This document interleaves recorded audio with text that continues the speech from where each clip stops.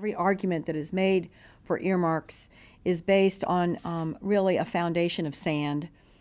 The argument that earmarks, if you don't have earmarks, you allow the bureaucracies in Washington to supplement the judgment of a member.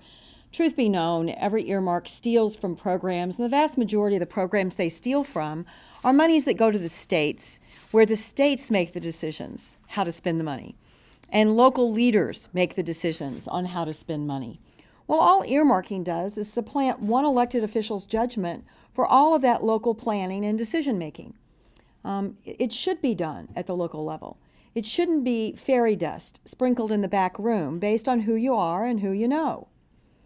And the process is fundamentally unfair because these were distributed based on what committee you served on, or how long you'd been around, or whose ear you had at the crucial time that the pie was being divided in a back room outside the view of the public.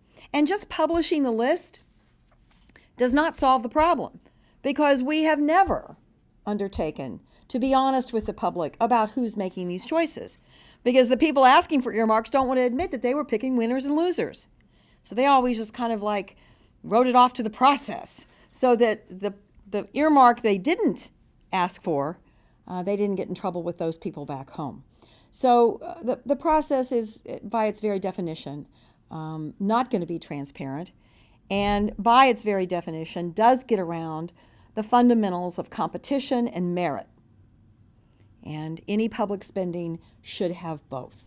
It is not just the amount of money that's spent that's the problem, because that's one of the arguments they use. Well, it's not that much money. It is a symptom of an underlying disease that your merit as a legislator depends on how much money you can spend, as opposed to how much money you can save.